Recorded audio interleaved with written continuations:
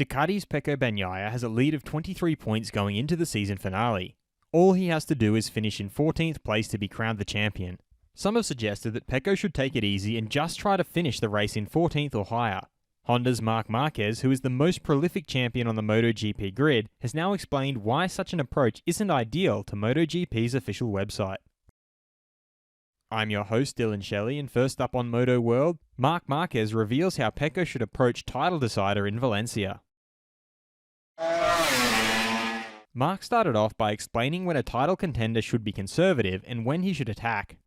If you arrive in Valencia with a big lead, you have to be conservative. If you arrive with a small lead, you have to switch on the aggressive mode. You have to attack. He recalled his approach in a similar situation in 2017. For example, in 2017, I was attacking all weekend of the Valencia Grand Prix. I was pushing in the same way I had done all year, but on Sunday I was controlling the race. He then revealed how being too conservative almost cost him dearly. It's true that at one point I said I was going to attack, and that's when I had a spectacular save in turn 1. But this save happened because I wasn't attacking during the whole race. I was being too conservative. He signed off by reiterating that it is best to ride as usual.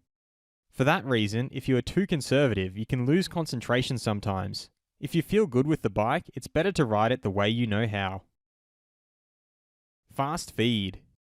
Ducati's sporting director Paolo Ciabatti explained that he made a comment on Sunday at Sepang that in Valencia they would give the order that a Ducati rider had to win, but it was clearly a joke. If one rider can safely overtake another, that's fine, but if instead he has to do a borderline maneuver with the risk of both of them crashing, that's not something Ducati expects. I think the other manufacturers think in the same way. Gresini's Fabio Di Giannantonio loves having a fairly strong teammate. Apart from being able to grow together, it gives me motivation and helps me as you have the strongest rider on track next to you. It shows me that winning is possible, also because we have battled quite a few times on track in the past. Yamaha team director Lynn Jarvis feels that it's unlikely that they will be able to completely close the gap to the more powerful bikes by the start of the season in 2023. But we can certainly correct the mistakes we've made before the 2022 season. Suzuki will allow Joan Mir and Alex Rins to test with their future employers Honda during the post-season test in Valencia. They, however, will have to do so on bikes that do not sport any sponsorship logos.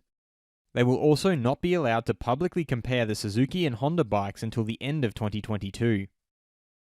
Former MotoGP rider Danilo Petrucci explained that he is very realistic. In MotoGP, this is no longer the time for him. I gave it my all, and now I recognize my physical limitations. I'm tall, I'm fat, I'm an XL rider. Whereas today, they're all young and small. They're size S or M, like Bastianini, Martin, and the other up-and-coming guys. Should there be a minimum weight requirement in MotoGP? Head over to my community page to vote in the poll and let me know what you think in the comments. And if you like this video, feel free to subscribe and check out my others for all the latest in the world of MotoGP.